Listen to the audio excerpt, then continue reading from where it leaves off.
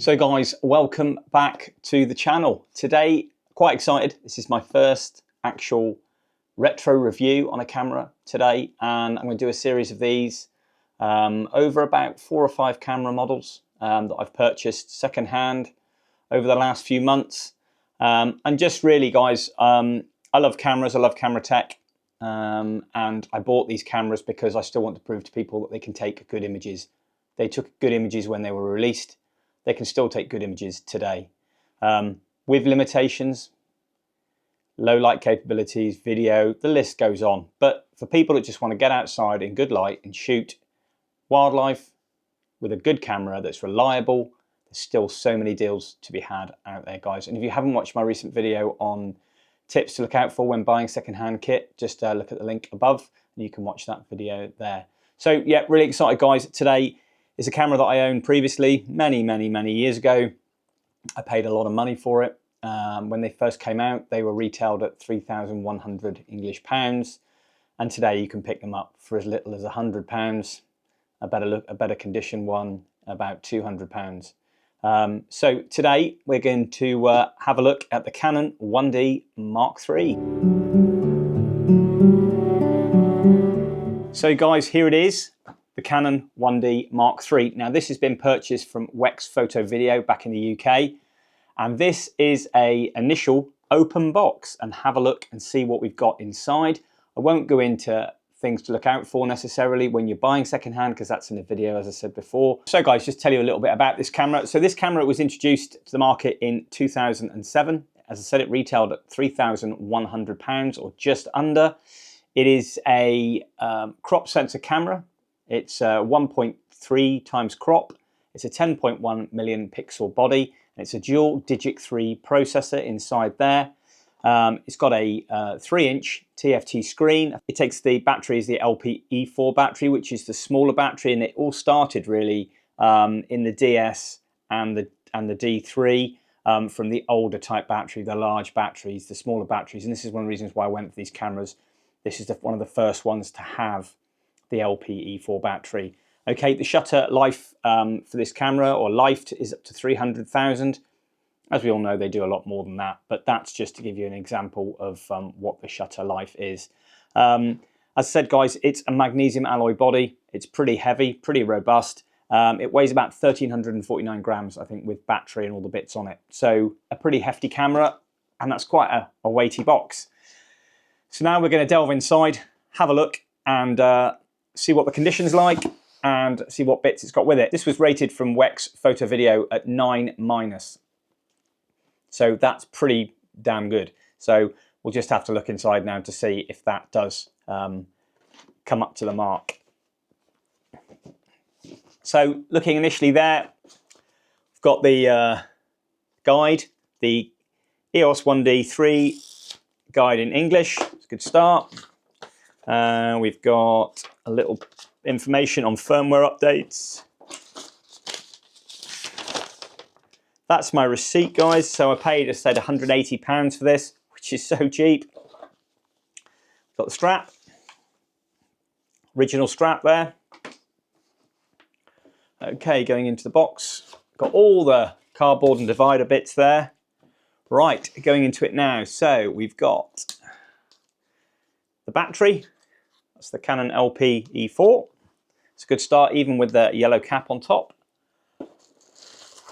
We've got the, looks like the AC charging cable for the battery pack. What's this we've got here? So we've got this, so here guys, we've got the DC coupler, DRE4, which is used basically, guys, this is a simulated battery pack that fits into the camera if you're doing studio work and you want to use mains for the camera, not that I ever would. And that's the adapter pack for it there, and that's really quite self-explanatory. That plugs in there, and the AC lead, same as the battery charger, would then go into there to power it. But it's nice to see that's in there, guys. You know, I would never really use it anyway. It's something that I just wouldn't use, but it's nice to see that it's fitted there as well. So that's that. Next we've got, it's all lovely packaged actually, really good. So we've got the LC-E4 charger, which is great. Looks in pretty good nick. It's got its protective caps over the top too, which is really, really nice. That's good. I always like, guys, to have all the bits with it if I can. So what else we got in here? So we've got some nice little caps. I can go into those in a moment. It's nice to see those are fitted as well. That's ideal. And we've also got a audio, some sort of audio. Is that audio cable? We've got a cable here as well with a phono connector and also the USB in there as well. So that's a USB, so I can attach it to the camera, to the computer, firmware updates, downloading software, etc. Right, so the main bit. Looking inside. If I get it out, guys, wait. This is a test of condition. So here we have it. Well, guys, it's in very good condition by looking at it at the moment. I would not disagree with 9- on the condition. Absolutely lovely. Screens are intact. No scratches on the screens. The LCD screen at the top, screen at the back, and obviously at the bottom there with the LCD, and the same at the top. Caps are all present. Looking inside at the mirror, focus screen, everything looks really good there. It's got too much wear around there at all. Looks like it's hardly been used. Yeah, eyepiece, always worth checking, but they're easily replaced, these. Absolutely lovely. Right, let's get the battery in the camera. Let's try it, see if it's got any juice in the battery. Oh, we've got the battery cover, which is really, really good. Trying to get hold of these online is a nightmare, so that's really, really good.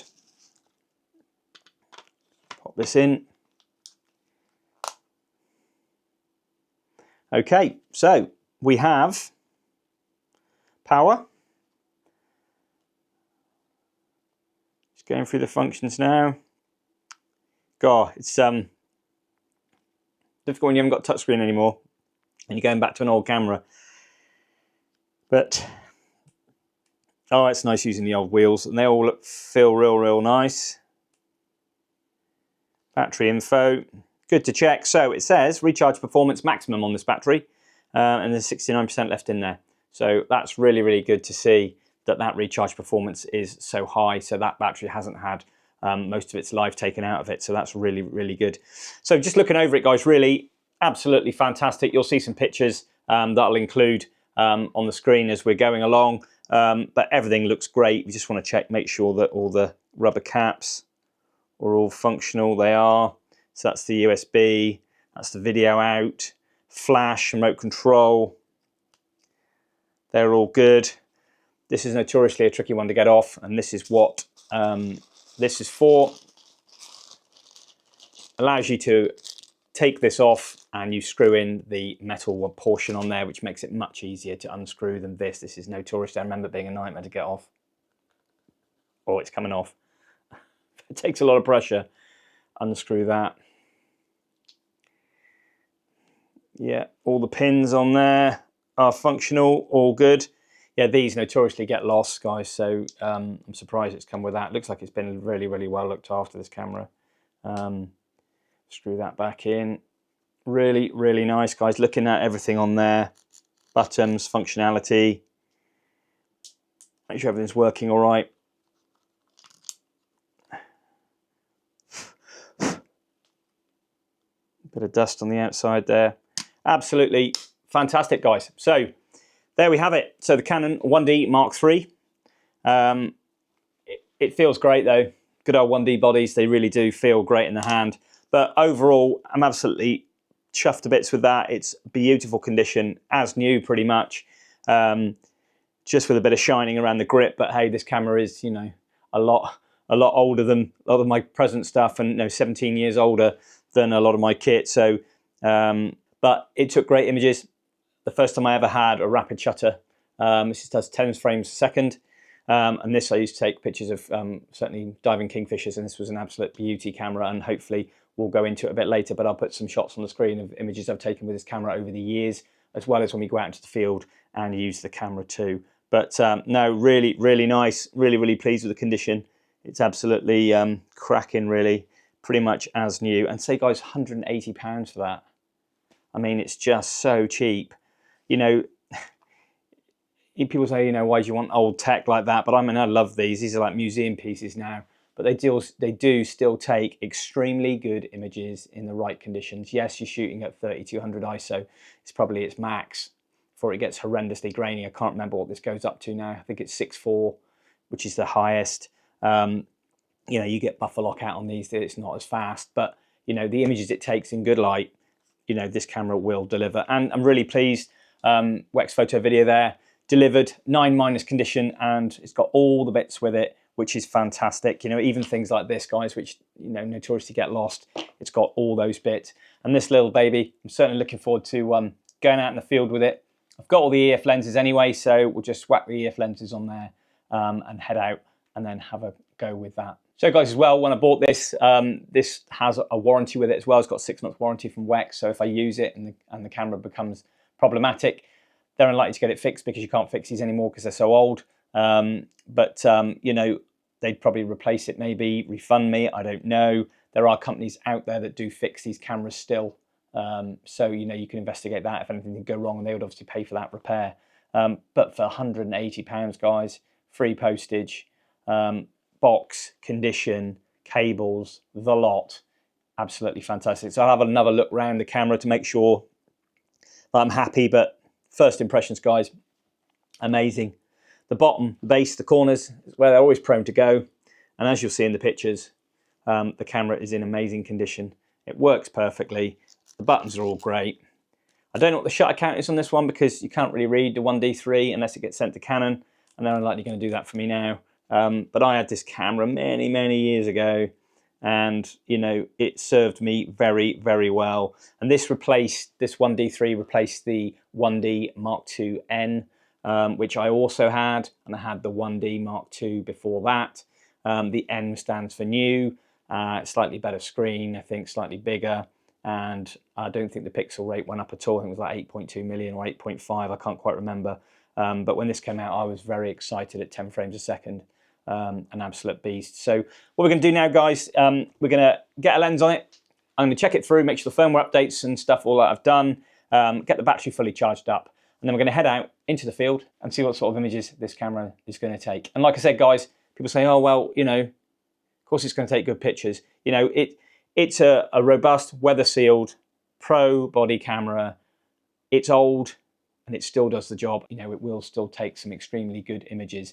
And what I wanted to also prove to you guys as well is that it's not always about kit. It's not always about the latest and best. And over the years, I was caught up in a little bit in the you know, the camera race, where I always wanted the newest and the best bits of kit. But did it actually make me take any better pictures? No, it really didn't. You know, the only reason why I really upgraded to my present outfits really is because the video performance for YouTube, you know, 4K slow-mo and 4K 60 and image stabilization and all that.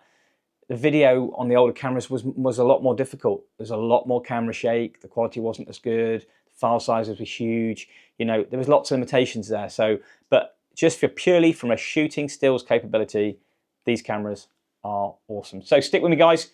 Going to get all this sorted, get the battery charged, get a strap on it, and then we'll head out into the field and then take some images. So guys, here we are out on the patch with the Canon 1D Mark III, and this is the heat of the day, guys. This is 1:30 in the afternoon, so yeah, we're shooting in the harsh light, but we're still going to get out and have a go and see what images we can capture just out here in the meadow. Like I said, guys, when I get back, I'll probably put some images on the screen of, there's quite a lot of movement in the bushes here, just hearing lots of things rustling around. So when we get back, I'll also put some images on the screen of some of the better ones I've taken with 1D3 over the years, go through the archive, pull them all out, and then I'll put them on the screen as well and talk through those. There's a few sparrow species here calling, so I'm going to see if I can get some shots of these guys. So guys, one thing I noticed already is that I shoot in auto ISO most of the time, and the 1D3 does not have auto ISO. So I'm then having to adjust my aperture and shutter and ISO to compensate, to make sure I'm not going to get an overexposed, underexposed image. It's not a difficult thing to do. When you're on the hop with wildlife photography and you've got to shoot from the hip quite quickly, don't always have time to adjust. And obviously you've got to be a little bit more careful with the ISO on these cameras, because when you do push the ISO, they do get quite pixelated. But today, with this sort of bright light, there should be no real issues there. So guys, I'm just here under the shade of the tree because it's pretty baking today, 28 degrees. And just the other day it was 9. So it's amazing how it fluctuates. So I'm just going to take 20 minutes out underneath the tree here. I'm just next to the Merlin's tree. The falcon here hunts from this tree, and I'm just coming through the meadow there, and there's tons and tons of dragonflies. So I'm likely it is that Merlin's going to be back here at some point to hunt. Now this really will put the 1D3 through its paces. And there's quite a lot of monarch butterflies as well flying around, which is really, really nice. So we'll see if we can get some shots of those. So I've put the, I don't know if any of you are familiar with the Canon EF 400 f5.6 lens, non-IS lens. A really sweet lens, and I haven't had this very long, probably about 18 months, 2 years. I bought this for like literally nothing. It was like 280 quid, and it's like mint condition, perfect for outfit for this, on a crop sensor body, so you've got that extended reach there, ideal. So a good little combo there for this camera. So I'm just going to sit here, wait for some subjects to come to me, and hopefully we'll be able to get some shots.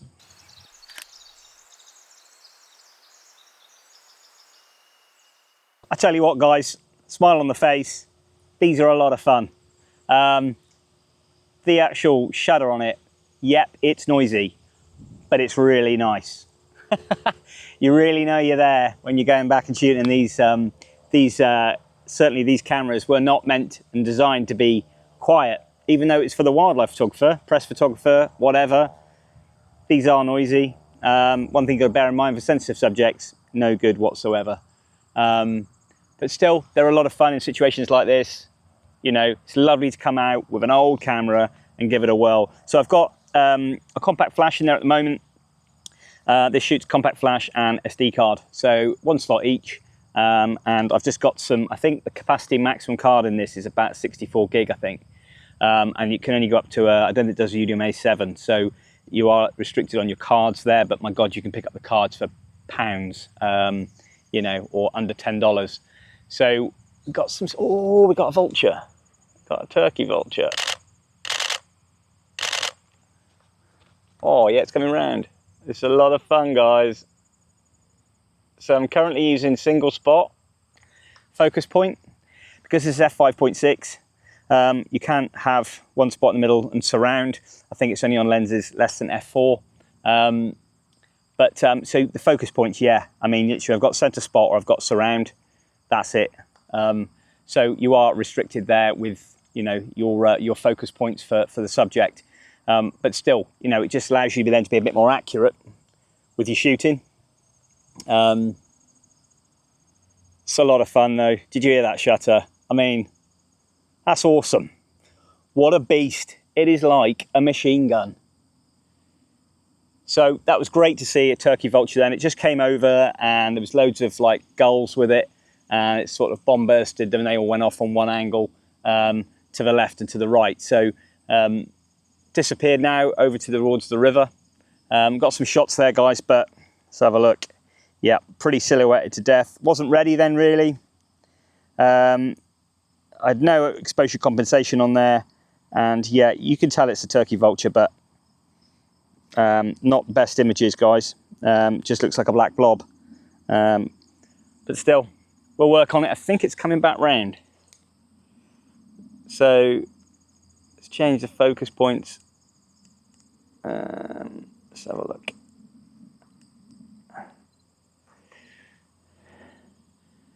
I think it's coming back round again for another pass. And do you know what's amazing and I love? Is that because it's a 1D body, yes, they've all changed as the models go up and things are better. but in the hand they still feel pretty damn good. And the memory on the buttons, you still got the back button focus, still got the shutter button there, zoom in and out. It's not a video camera, it's a stills camera, and I'm straight on it. And I haven't had this camera for 15 years probably. And, you know, I'm straight there, migrating to all the buttons. It's brilliant. You know, for £180, guys, £180. This lens and this body for under £500, including a memory card. And it's fully weather sealed, and this is hardy. You know, this will go through the harshest of conditions. You know, this lens hasn't got a weather seal around it, even though it's an L lens.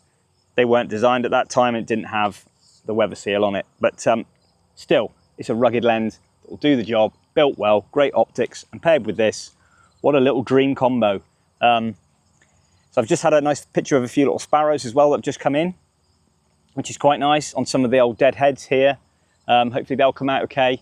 And I've just gone through and just did some basic settings, but I've got to play around with it a little bit more to get my own custom functions on here. And that's when you look back at the menus, guys, and the custom functions are so old menus. They are really, really old. They look totally different, but it's kind of nice. But I need to, these are sort of things you have to go through and fine tune your focus, all that sort of stuff. You know, you've really got to play with them a little bit more. And they were always a lot harder to sort of customize your camera back then, and I need to do that with this camera, so I'm going to miss some shots. There are going to be some not the best images today, and that's half the fun of it really, is to come out, test the camera, make sure that the memory cards work, and they do, both of them work. Got an SD and a compact flash. I've tried the SD at home, it works, but I've just got a compact flash in at the moment. All the wheels and buttons work, focusing's fine. We'll need to check the images when we get back on computer to make sure that they're okay. And the sensor is free from dust marks and scratches, which I'm sure it is, and I've checked through a test image at home, and it looks pretty damn good. So, right, I'm just going to sit quiet and hope we get that rapid Merlin come in and put this through its paces.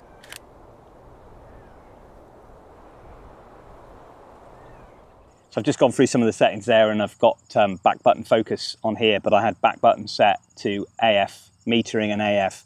And same with shutter button, metering to AF, so now I've disabled that. So I've got shutter button is take picture only, and I've got AF on as metering and AF start now. So that's made things a lot better. And I've switched now to TV. So I'm just punching in the shutter speed, and then it's adjusting the aperture value accordingly to give me a fine balance on the exposure. But it's just things like that. I've been shooting a dark bird in the sky. So the vulture went over, it's black with white underneath, and it just comes out as a black blob. So it just takes a bit of getting used to when you're not used to doing that. You're whacking in the exposure compensation, and you know, you're getting a relatively good image against you know, a bright sky and a dark bird. So it is quite difficult, but yeah, it just takes a bit getting used to, guys. But it's a lot of fun. It's a lot of fun. I mean, you know, it's a cracking camera, and I've just checked through the condition, guys, and it really is absolutely mint condition. I've done so well there. You know, £180 for that. I mean, yeah, a camera that's 17 years old. That's pretty damn good. I say I checked all the buttons, everything's good to go. Battery's solid, happy days. Really, really good. We just need a few more subjects to come in there. I'm hoping that Merlin's going to come back, I really am.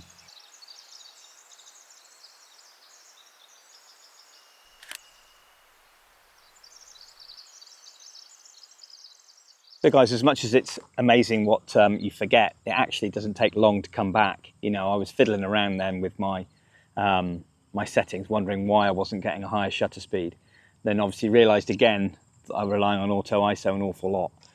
So I had to bump my ISO up to 800. So now I'm shooting at a steady ISO 800, shutter speeds at 2000ths of a second, and I'm shooting at F5.6, which is wide open on this lens. So, you know, I've now got a nice exposure and everything's working well, and I can kind of leave it on there, and hoping then to you know, get that that shot fairly detailed.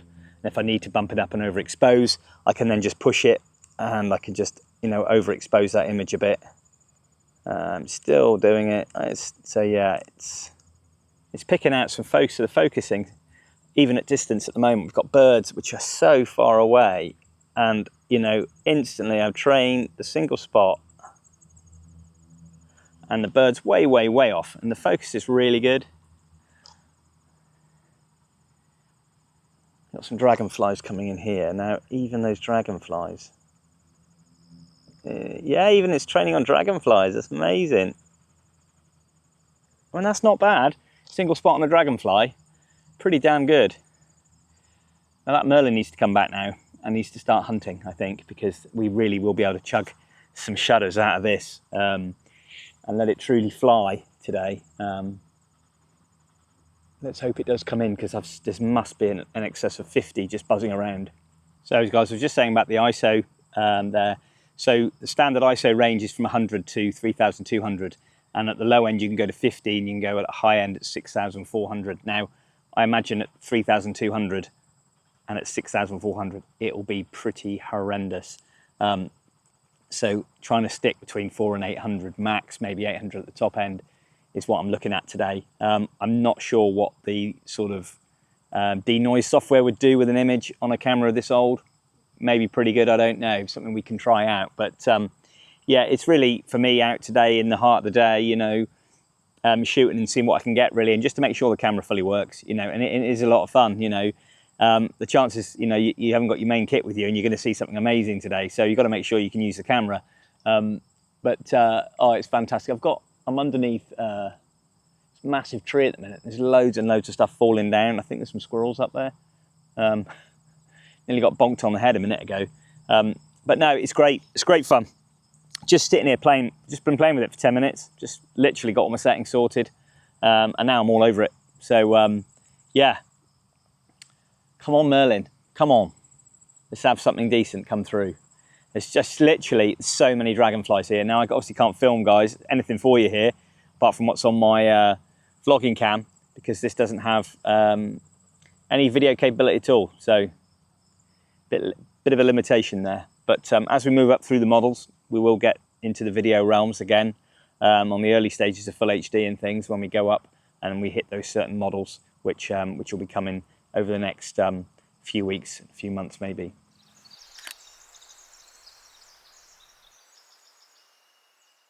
So guys, as soon as we get to sort of early morning, late evening, this camera will be no good, really, you know, especially for anything fast moving.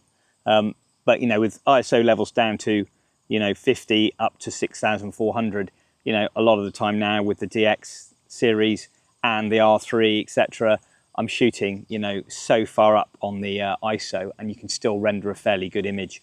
So that's a huge limitation with these cameras. You know, they really are, but they're a lot of fun. And if you're starting out and you want a robust camera, you know, they'll do the job. And a lot of stuff on there to learn. And it's good to learn all that stuff, really, about selective focus points, not relying on the camera too much, just getting used to the functionality of cameras, you know, going into what you've got these days with eye tracking, ID of heads, priorities between drivers in cars, all that sort of stuff. I mean, you're spoilt for choice. It's great to learn your craft on an older camera for sure, and then work your way up, and then you get spoilt then, you know. All you have to do now is just point the camera and shoot, and in fact you don't even have to do that, you know. You can do remote capture, you can do auto capture. Where's the fun in that, you know? Where is the fun in that? It's good to come out and it's like a tool in your hand, you know. You're there, you got your tool, you know how to use it. You know, point and shooting and not actually working for it, for me, kind of takes the fun out of it. And actually using this camera now just reminds me of old times, you know, back in like 2008, 2009 when I was shooting with this, you know, amazing. I'm looking forward to getting back on the computer and looking some of those images out, and I'm hoping they were half decent. It was a long, long time ago. But yeah, I remember I've got some kingfishers, so I'm hoping they're half decent. But we'll see. Right, it's not the greatest of subjects, guys, but we've got a plane. This is something I don't do.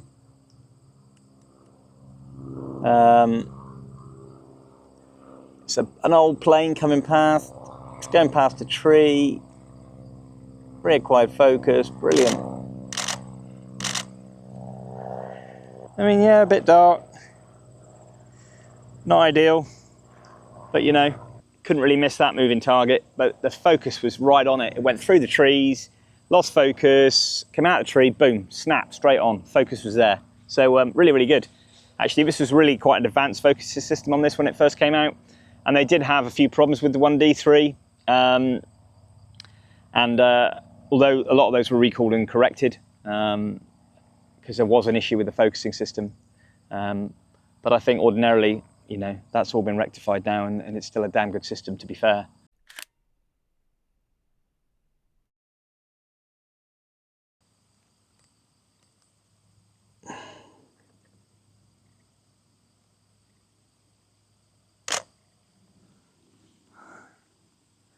Just a nice little monarch butterfly just came through then, and landed, which was nice to see.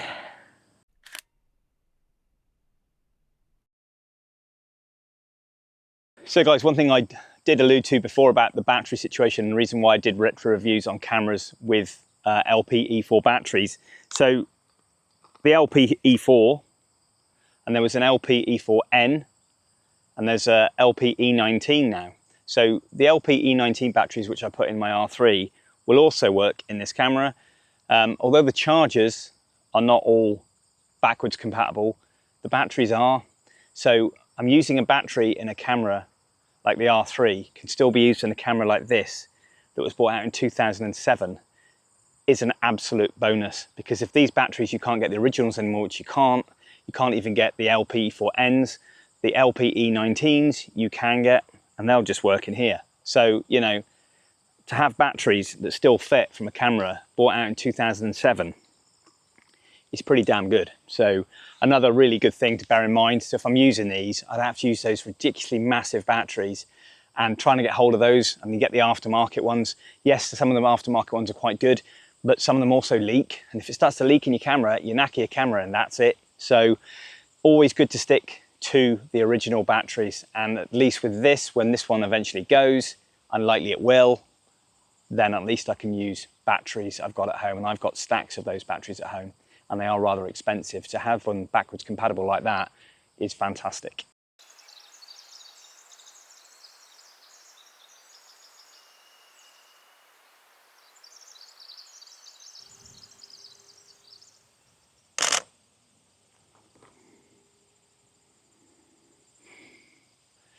Got to say though, the beautiful colours on these. I mean, it really is. I mean, you probably can't really see that, but I mean, the colour rendition on this camera is, you know, on the back of the screen is fantastic. Yeah, it's really, really nice. Bear in mind having to shoot with this lens as well, which has got no image stabilization. Obviously you need a fairly fast shutter speed for this bad boy, really, for it to fully sort of give you nice pin sharp images. And I'd like to do a bit more detailed stuff just to prove the sensor and just see what the quality's like. It's quite different because the minimum focus distance for this is quite considerably far. So not ideal, but I'm trying to get a few of the autumn colors as well, even though it's quite washed out. Just in some of the leaves. I mean, they're really nice.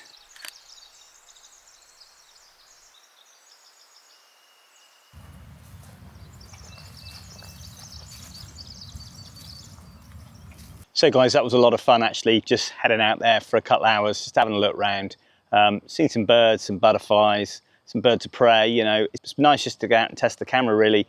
I'll get back on the computer now, have a quick look at the images, clean a few of them up, have a look, and then we'll go through some of the images I've taken today, and also some of the images I've taken in the past with this camera. And then just have a quick conclusion really about what I thought and, you know, the way ahead from there. But I hope you enjoyed that, guys. It was really, you know, really, really good for me. I really enjoyed it. It's nice to get back, very nostalgic with these cameras, but, you know, within sort of 15 minutes, I was all over the camera and knew exactly what I was doing. The memory was there, sort of the intuitive way that they've laid everything out. I've known throughout, ever since I've had Canon, which has been forever, probably about 38 years now I've been using Canon. So, you know, as they progress and as models go up, things improve. Muscle memory, straight back on the buttons again. Fantastic. So, right, gonna head back in now, get them downloaded on the computer. Fingers crossed we got some half decent images.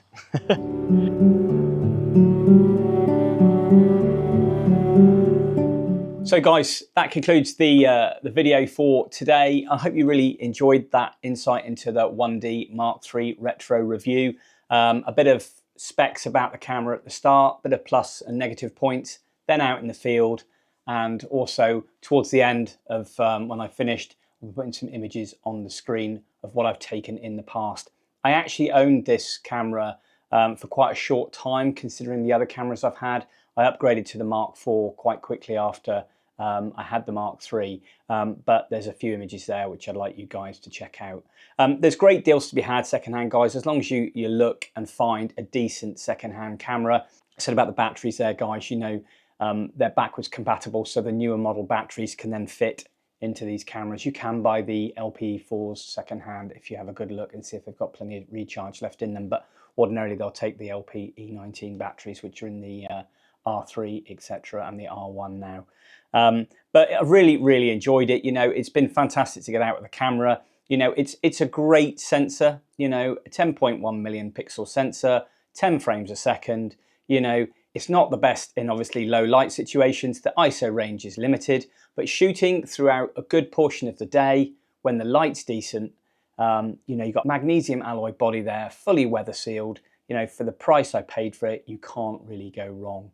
You know, it's a great camera, produces great images, a great AF system, you know, happy days. You know, it's a really good camera, and you can learn your craft of these cameras and then move on, you know. And if you bought that for a cheap price, and you can get them set as low as £100 up to about 200 max, really.